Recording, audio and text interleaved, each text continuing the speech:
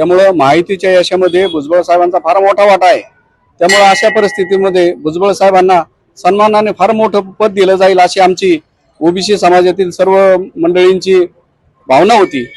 OBC समाजाचे एवढे मोठे नेते असताना भुजबळ साहेबांना का डावलण्यात आलं याबद्दलचं कुठलंही कारण आम्हाला समजत नाही। भुजबळ साहेब हे उपमुख्यमंत्रीपदी राहिलेले आहेत आणि एक आक्रमक नेता अशी त्यांची प्रतिमा आहे।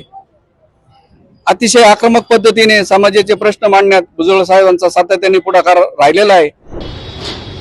सरकारचा धिक्कार असो, माननीय छगनरावजी भुजबळ साहेबांना मंत्रिमंडळात स्थान द्यावे ही समस्त ओबीसी समाजाची आम्ही निषेध करू। राज्यात महायुतीचे सरकार अस्तित्वात आल्यानंतर मंत्रिमंडळ पदाचा आता विस्तारही झालेला आहे। मात्र यामध्ये सर्वाधिक महत्वाची बाब म्हणजे ज्येष्ठ नेत्यांना डावलण्यात आलं आहे। यामध्ये एक प्रमुख नाव आहे ते म्हणजे छगन भुजबळ यांना त्यांना डावलण्यात आलेलं आहे। त्यांच्या निषेधार्थ या घटनेच्या निषेधार्थ ओबीसी समाज एकवटला आहे। त्यांच्याशी आपण चर्चा करूयात। एकंदरीत मंत्रिमंडळ विस्तारामधून छगन भुजबळ यांना डावलण्यात आलं तर काय एकंदरीत आपली भूमिका असणार आहे? छगन भुजबळ साहेब हे राष्ट्रवादीतील सर्वात ज्येष्ठ मंत्री आहेत आणि झालेल्या गत विधानसभेच्या निवडणुकीमध्ये भुजबळ साहेबांच्या ओबीसी भूमिकेमुळे ओबीसी समाजाने मोठ्या प्रमाणात महायुतीला मतदान केलेलं आहे। त्यामुळे महायुतीच्या यशामध्ये भुजबळ साहेबांचा फार मोठा वाटा आहे। त्यामुळे अशा परिस्थितीमध्ये भुजबळ साहेबांना सन्मानाने फार मोठं पद दिलं जाईल अशी आमची ओबीसी समाजातील सर्व मंडळींची भावना होती। परंतु भुजबळ साहेबांना मंत्रिमंडळातून डावलल्यामुळे अतिशय नैराश्य ओबीसी समाजामध्ये निर्माण झालेला आहे। ओबीसी समाजाचे एवढे मोठे नेते असताना भुजबळ साहेबांना का डावलण्यात आलं याबद्दलचं कुठलंही कारण आम्हाला समजत नाही आणि मोठ्या प्रमाणात अन्याय झाल्याची भावना ओबीसी समाजामध्ये आहे। एकंदरीत मुख्यमंत्री पदाचा चेहरा असलेले भुजबळ यांच्याकडे बघितलं जातं आणि ज्या पद्धतीने युती सरकार आलं त्यामध्ये असं वाटलं होतं कुठेतरी त्यांना मोठं स्थान दिलं जाईल, त्यांचा मान सन्मान राखला जाईल, ओबीसीचं एक नेतृत्व म्हणून एक प्रमुख चेहरा म्हणून त्यांच्याकडे बघितलं जात होतं। मात्र कुठेतरी त्यांना डावलण्यात आलं म्हणजे ओबीसीवरतीच अन्याय केला जातो असं वाटतंय का?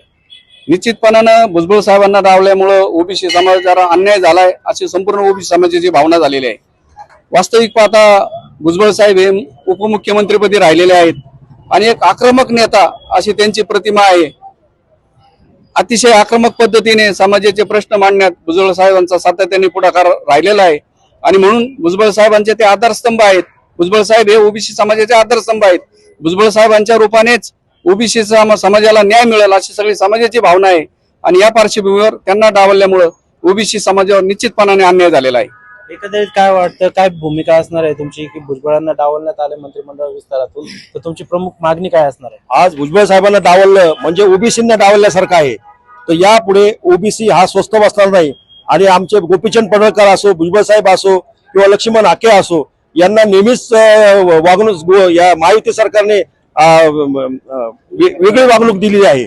तर आमचा निषेध आहे की भुजबळ साहेब, लक्ष्मण हाके आणि गोपीचंद पडळकर यांना कुठेतरी मंत्रिपदावर मोठ्या स्थानावर घेण्यात यावे, अन्यथा ओबीसी समाज हा आक्रमक राहिल्याशिवाय राहणार नाही आणि तसे होणारच आहे। गेल्या काळामध्ये मराठा आरक्षण आणि ओबीसी आरक्षणाचा वाद पेटलेला होता। ओबीसी आरक्षणाचा प्रमुख चेहरा म्हणून छगन भुजबळांकडे बघितलं जात होतं। कुठेतरी ते वादामुळे किंवा त्या आरक्षणाच्या लढाईमुळे भुजबळांना डावलण्यात आला अशी कुठेतरी भूमिका अशी वाटतंय का? असं आज भुजबळ साहेबांनी संपूर्ण मराठा समाजाचा रोष घेतलेला आहे अंगावर आणि ते निर्भीड व्यक्तिमत्व होतं, ते कधीही डगमगले नाहीत आणि आरक्षण ओबीसीचे आरक्षण बचावासाठीच त्यांनी हा वेलगार मार्च काढलेला होता। परंतु मराठा समाजाला त्यांनी कधीही विरोध केला नाही, मराठा समाजाच्या आरक्षणाला कधी त्यांनी विरोध केला नाही। फक्त ओबीसीचं आरक्षण वाचवण्यासाठीच त्यांनी हा विरोध केला होता।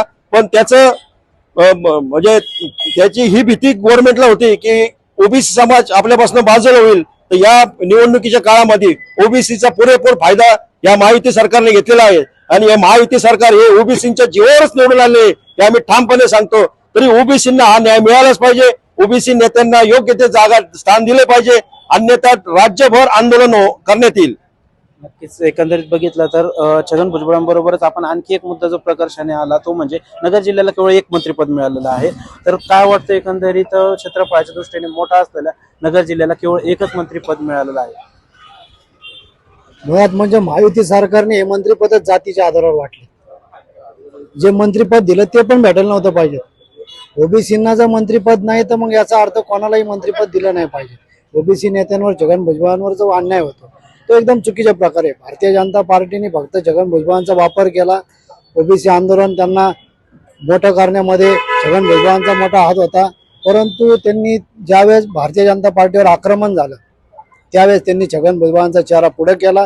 छगन भुजबळांचा चेहरा पुढे केल्यानंतर आज ज्यावेळेस सत्तेत सहभागी होण्याची वेळ आली त्यावेळेस भुजबळांना फक्त वापरा आणि फेका अशी भूमिका या महायुती सरकार व फडणवीस सरकारने केलं. त्याच्यामुळं कुठंतरी कोणाला मंत्रीपद भेटलं, कोणत्या जिल्ह्याला मंत्रीपद भेटलं हे महत्वाचं नसून ओबीसींना डावलण्यात येत आहे हे महत्वाचं आहे. याचा निषेध आम्ही या ठिकाणी व्यक्त करत आहोत. नक्कीच एकंदरीत छगन भुजबळांना सन्मानजनक वागणूक मिळावी, त्यांना मंत्रिपद मिळावं अशी मागणी सकल ओबीसी समाजाकडून केली जात आहे. व्हिडिओ जर्नलिस्ट गिरीश सोबत मी प्रवीण सरवसे, लेट्स ऑफ मराठी, अहमदनगर.